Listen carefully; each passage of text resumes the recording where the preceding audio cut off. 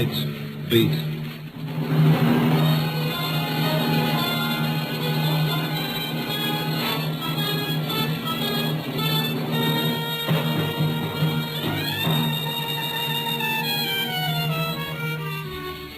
Hi, this is Randy Stone.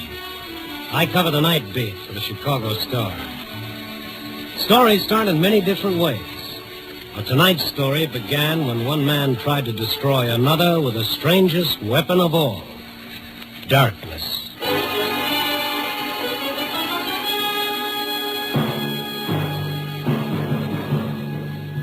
Nightbeat, starring Frank Lovejoy as Randy Stone.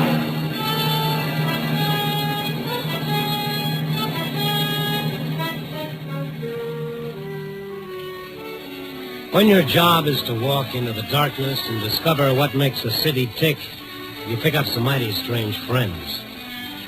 The winos dreaming of a muscatel paradise in cold, dark doorways. The petty larceny boys with their fast deals. The painted little dames defying the world with their brassy laughter. The homeless, the hopeless. In the city, night is for the lost. And sometimes you feel a hunger to be with someone of the everyday world, some nice, well-adjusted soul who's got a reason for waking up tomorrow morning. I guess that's why I dropped in to see Bessie Chatfield tonight. Bessie's a little gray-haired librarian who has charge of a small storefront library on Huron Street. No one around this time of night but Bessie and a young fellow in a gray raincoat alone at a reading table. Mr. Stone, well, we haven't seen you, in such a long time. Well, since Forever Amber, you haven't had the kind of high-type literature that interests me. And when you finally do drop in, look what time you get here. 10 o'clock. Right when I have to go over and start turning out the lights. I timed it that way so I could get you behind those bookcases, away from that fellow with the reading desk. Well, I'm afraid your timing is about 35 years off, Mr. Stone. These light switches. Why do they always put them up so high? Aren't you going to tell that fellow it's time to go home? This is the way we tell them. We flick off the lights and then flick them on again. First off, like this. No, don't do that. No! What? Turn the lights on quick. Let me handle him. What's the idea of doing that, mister? That's supposed to be smart or something. Oh, take it easy, fella. Take it easy. Or did he pay you to do it? Is that the deal? Huh? You tell George Brewster that the game doesn't amuse me anymore. You tell him if he keeps that up, I'll kill him. Oh, wait. I turned the lights out. It's closing time. What? Closing time? Oh. Yes, of course. What's wrong with you, buddy? You sick or something? Sick, yes, that's me, sick. Only mine's a childhood disease. Childhood. Now, what in the world was that? I don't know. Ever seen him before? He's come in a couple of times this week. Spent all his time reading some reference books at the table. Seemed to be such a nice, polite young man. Considerate, kindly. Let's take a look at those books. Oh, my heavens, my heart is beating a mile a minute. And did you see his face? It frightened me. He was even more scared than we were. Of what? These the books he was reading? Yes. The Mind in Limbo, Abnormal Psychology, Modern Psychiatry. Why would he want books like this? Maybe he was looking for somebody in these books. Who? Himself, Bessie? Probably himself.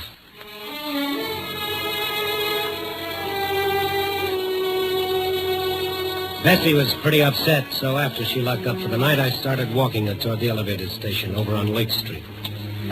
We'd walked a couple of blocks through the dark, empty streets when suddenly Bessie grabbed my arm. Mr. Stone, that man down the street, looking in that store window. That's him. Oh, yes, same gray raincoat, same lad. And look, Mr. Stone, what's that in his hand? That's a piece of pipe or something. He's breaking that store window. Yeah, you wait right here, honey. Be careful, Mr. Stone, be careful. The fellow was reaching through the broken window glass for whatever it was that had struck his fancy. He heard me coming and turned toward me. The wan streetlight did something to his face. It seemed twisted and torn. Blood was running down his hand where the glass had cut it. Then I saw what he'd taken from the window. A gun. What's the idea, pal? He spun around and started running for the elevated station down the block. And in the best tradition of the Rover boys, I stayed right on his tail. He turned back to see how I was doing. He stumbled over a trash can near the curb. I caught up with him, grabbing his arm. Go of me. Leave me alone. Let go of me. He slashed the gun across my face and began running again. I stopped long enough to take a quick inventory of my teeth. Up above, I heard the elevator train coming into the station. The young fellow had reached the station steps and was going up fast, trying to make that train.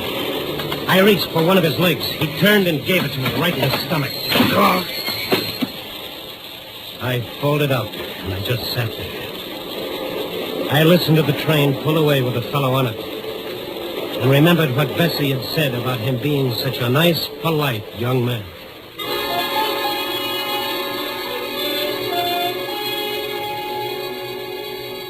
After a while, I began to feel somewhat human again. I notified the police what had happened, and they sent a squad car out. After they left, I remembered something, a name this nice, polite young man had been throwing around, George Brewster. I found a phone book in a cigar store. There were 3 George Brewsters. The first number didn't answer. I tried the second.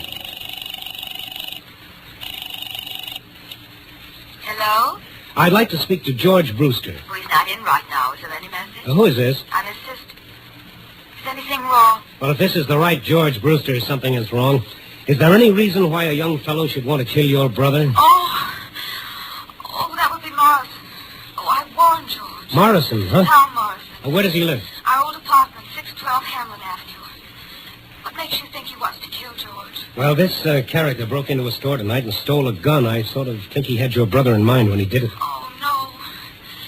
What am I going to do? Well, lady, I know what I'm going to do. As fast as I hang up and get another nickel into this phone, I'm going to call the police. Oh, I feel so bad. It's not really Morrison's fault, poor man. Oh, no. He's just a prince of a fellow. Goodbye, lady. I've got to make a call. But then it turned out that I didn't have a nickel. And on the way to the counter for change, I started wondering why the sister of the man he was going to kill felt sorry for Morrison. And why Bessie thought he was such a sweet character. And, well, the night was young, and 612 Hamlin Avenue couldn't wait, and I could call the cops later.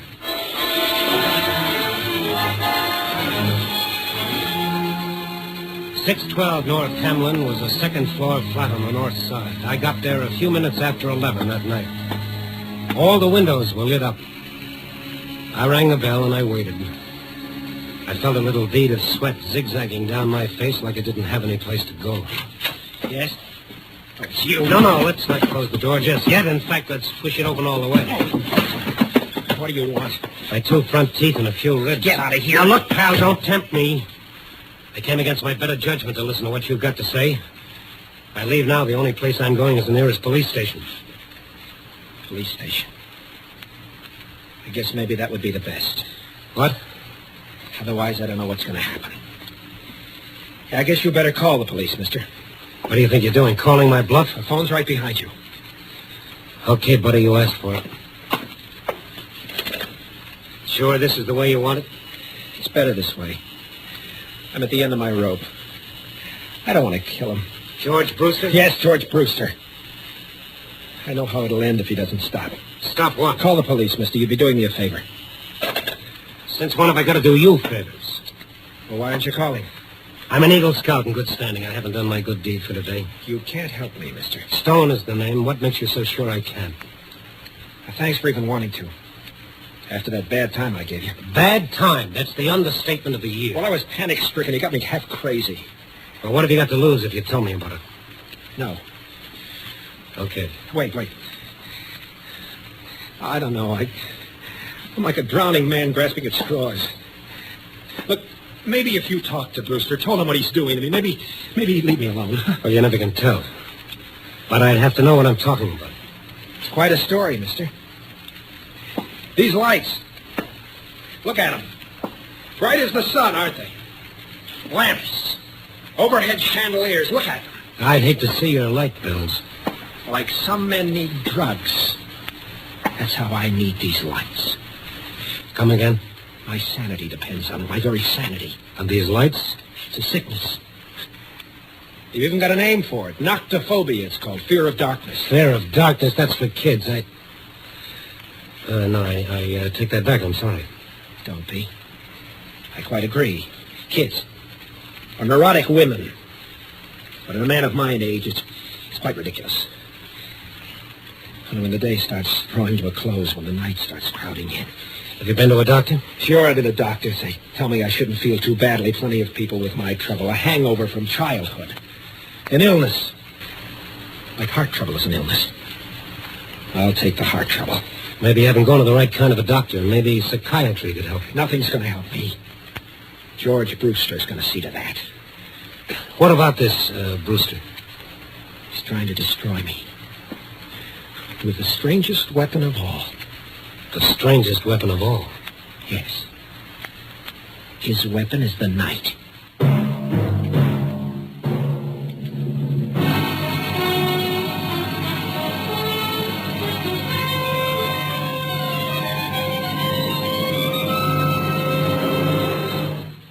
You were listening to Nightbeat, starring Frank Lovejoy. In a moment, we'll return to Nightbeat and Randy Stone. And now, back to Frank Lovejoy as Randy Stone in Nightbeat.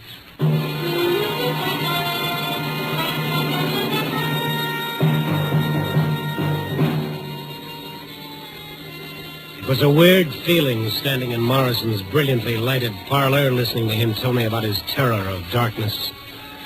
A sturdy, healthy-looking man trapped by a childhood nightmare. I felt guilt listening to him like I was eavesdropping into a dark corner of his mind that was nobody's business but his own. And yet he had to tell me because he needed help. Because George Brewster was using Morrison's fear to destroy him. I was sent to Chicago by our company to replace Brewster, Stone. Till he found out why I was here, he couldn't do enough for me. He even got me this apartment. Greater love hath no man. Then he found out what the setup was. He changed fast enough. How did he find out about this fear of yours? Well, I'm telling you how. The other night, the two of us were working alone in the big vault down at the office, working on some old account or other. The overhead light, it blew out. Uh-huh. Well, it was so sudden, I couldn't help myself. I tried to keep calm, but it looked like something tearing me to pieces inside. I couldn't breathe. I couldn't... Finally, I had to run. So he found out... No, he wasn't sure, but it started him thinking. Yes, I see. Next afternoon, he came over to my desk. He was jovial, friendly, like he'd been in the beginning, saying we'd been at each other's throats long enough, inviting me to have dinner with him that night. Right from work, we went to his favorite spot on the north side, a place called the Catacombs. I began feeling uneasy the moment I entered.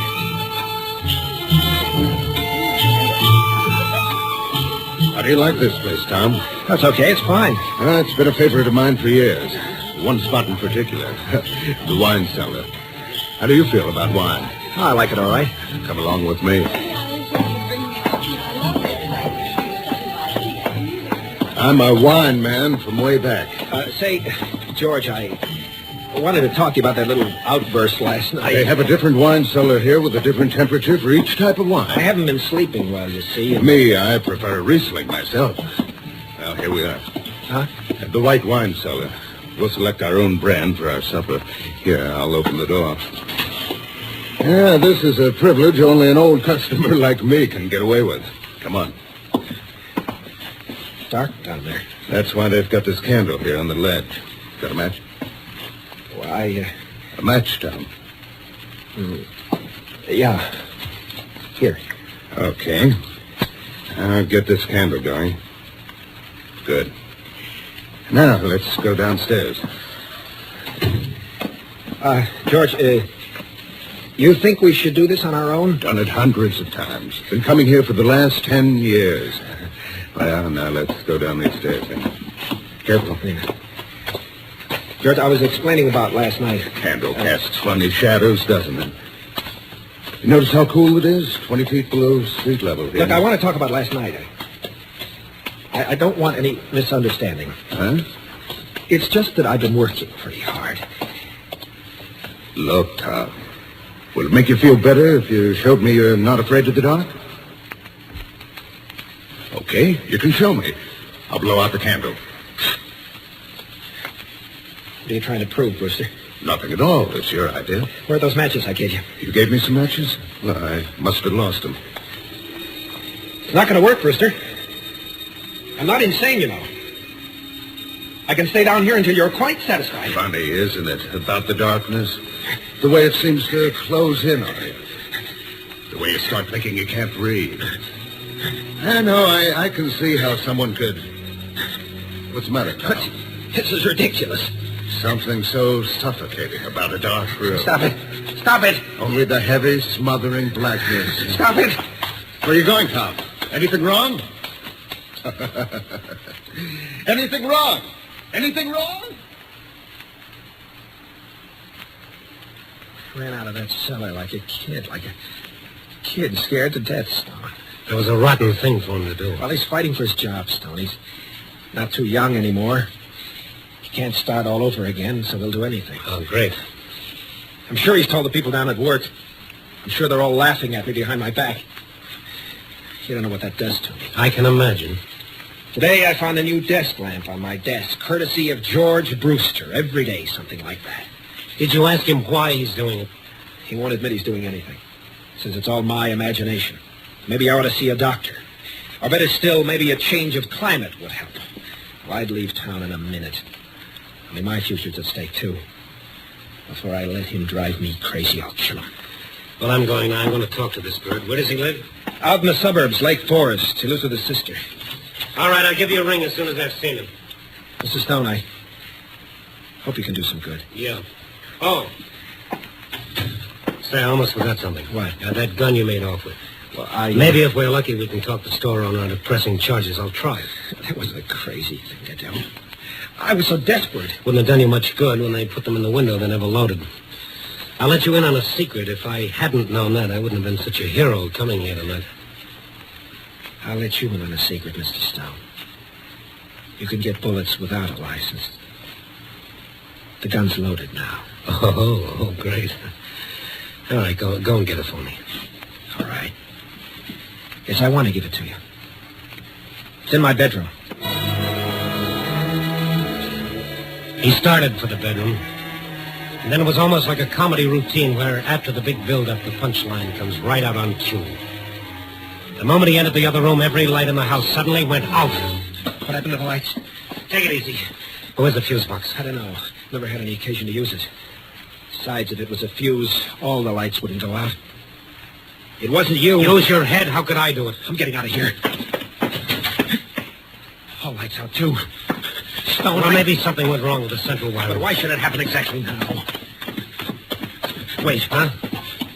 The downstairs apartment. Their lights are on. If it was the wire... All right. Let's ask them where the fuse box is.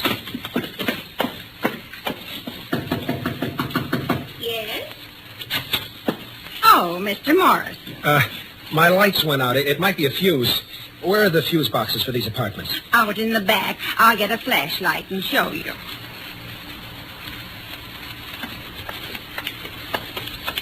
Here we are. The fuse box is right here below our meters. Whenever the people from the light company come out, they have a dickens of a time finding it. You hold the flashlight steady and let me take a look. Wait a minute, Stone. Lower the flashlight just a little. Huh? It's not the fuse. Look at the master switch on my meter. Look at the one of Mrs. Graham's. Why, somebody pulled your switch down to off.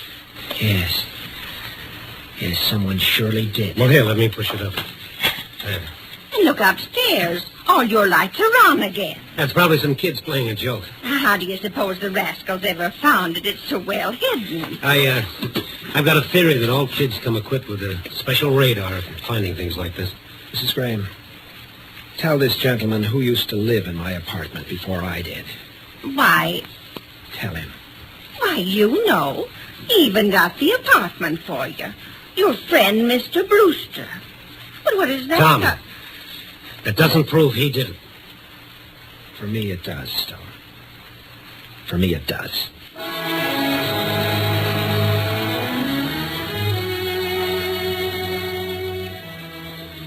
Morrison went around to the front of his house and up the stairs to his flat. I waited in the hallway until he came down again. He looked different. His face was hard and set.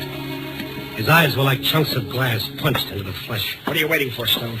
When we were so rudely interrupted, you were going for the gun. I've got it now. Ah, yes. Hand it over. I'll bring it back. No, thanks. Now, where are you going and what are you going to do? I'm fighting for my sanity, my life. He's never going to do this to me again. Never. I can't let you do that.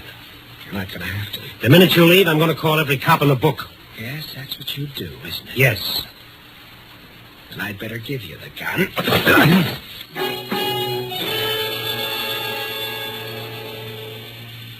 This could become habit-forming. I dropped to my knees in the hallway, and then the hallway subdivided like something under a microscope, and there were 2 hallways, and then there were 4. And then everywhere I looked, there were hallways. Morrison tried to push me aside and get by me, only it was a whole circle of Morrisons. I grabbed at his legs to hold him back, and it was like grabbing at a centipede. Then all the Morrisons in all the hallways brought all their guns down on my one poor head. And that was it, brothers and sisters, that was it. Feeling better, Mr. Stone? Oh, if I felt any better, I'd call an embalmer.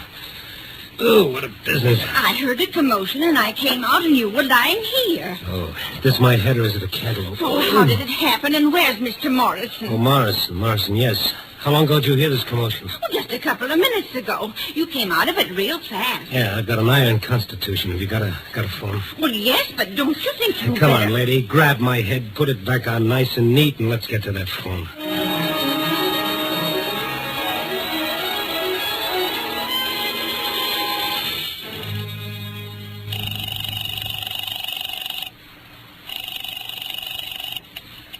Hello? Hello, this is the fellow who called you before, Miss Brewster, about Morrison and your brother. Oh, yes. He's not there yet, huh? No, my brother is... I don't mean your brother, I mean Morrison. What?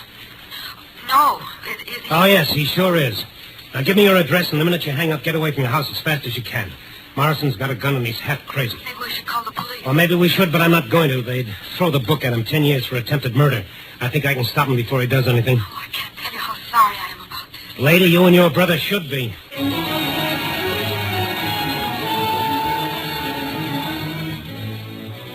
The cab got me out to their Lake Forest house in less than 20 minutes. The house was on a hill, and a flagstone path wound round and round for a city block until it reached the front porch. As I ran up the walk, my head started rattling like a handful of pennies in a tin cup. I felt weak and tired. All the time I tried not to think about what I'd find when I reached the house. Now I was at the end of the path, walking toward the front porch.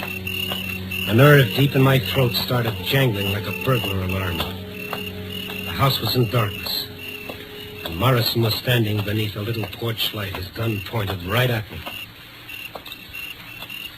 You won't quit, will you, Stone? What have you done with him, Tom? He hasn't done anything with him yet, Mr. Stone. Huh?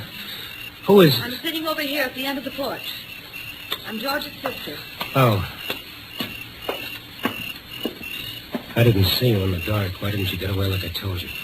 I won't hurt her. It's him. He'll be coming along soon. George would never have done that. I begged him not to. Take advantage of a man's weakness. Well, Mr. Brewster is coming home. What? His car's stopping at the bottom of the hill. Now he's starting the long climb. Morrison, listen to me. You just sit there, the both of you. And I must insist that you be very quiet. Please, listen to me. Please. Please. Keep coming up that path, Brewster. It's a long, long way. You must listen to me. Morrison, You don't know what you're waiting doing. near the porch light, the gun in George his hurt hand. you. You shouldn't have done that. Far below the small What figure you're of doing George is Brewster so making a long, slow You climb. realize that you're going to kill George because he found out about you here. But don't you see, George is afraid too. Of bigger things. Of being 53 and seeing his whole life going down. Brewster the had hill. stopped at the first landing to That's catch why his he breath. hurt you. Now he was climbing up the path again. He was fighting. Maybe 100 steps from his death. I found myself counting the steps. Why are you afraid of the dark? Don't you see? If you weren't afraid, George couldn't hurt you anymore. Please, listen to me. Keep your voice down. If you try to warn him, you both die, too. Keep coming, Brewster. Yes, he kept coming. No more than 70 steps now. What is there to fear about the dark? The girl's voice going on and on. Nothing. Brewster getting closer. All it does is hide the world. Less than 50 steps now. 40 steps. 30 steps. If you believe in God, if you believe in your own soul, How can you fear the night? What is there in the darkness that can hurt you? There's such peace in the darkness. After the heat of day is gone, the rush, the tumult, the struggle, you can breathe easy again. You can let the tightness inside unwind. He's almost closer. Listen to me. Please listen. It's not going to work, Miss Brewster. I'm going to try and work. Wait. Miss Brewster. Stay where you are, Miss Brewster. No. You must see me in the light. I tell you, stay where... Tom. Look at her. I didn't realize. I'm not afraid. What right have you to fear? Julie, is that you on the porch? What right have you to fear, Mr. Morris? What right? Sure, what a long time. Must be getting old. Well, what are you doing here, Morrison? And who's this? Oh, don't mind me. I just came along for the ride. What's this all about? I just came to say goodbye, Brewster. You're leaving? Yes. I'm going back and tell them you've done a good job here. It's not fair to replace you after so many years. You're sure nobody scared you away, Morrison? Look at him, Brewster. Does he look like he's afraid?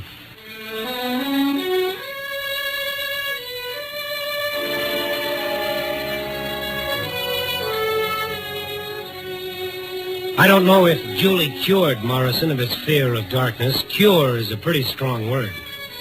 But maybe she helped. I kind of think so. I do know this. It's going to be mighty hard for Tom to fear the darkness, knowing Julie is not afraid. But neither Tom nor I will ever forget what we saw as the porch light lit up her face. Julie Brewster, who did not fear the darkness, was blind.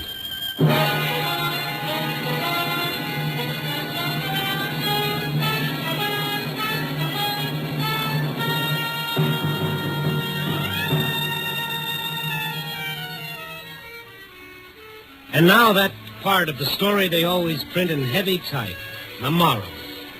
And don't smile so indulgently. Morals are very nice things. Some of my best friends have morals. You know, seriously, Julie's whole life is a moral in itself. And trying to top it is like trying to follow Al Jolson with a mammy song. The best you can do is tip your hat to the fellow who wrote, "Out of the night that covers me, I thank whatever gods may be for my unconquerable soul." He must have had someone like Julie in mind. Well, 4 o'clock in the morning, stale cup of coffee, a tired sandwich, and a story to dictate, and I worry about my unconquerable soul. Ah, me. Give me a rewrite.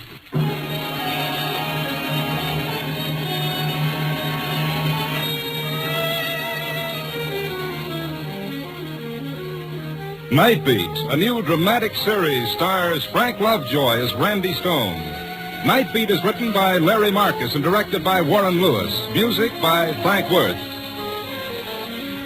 Listen next week at this same time and every week as Randy Stone searches through the city for the strange stories waiting for him in the darkness. The stories that come out of the shadows to find their way into Nightbeat.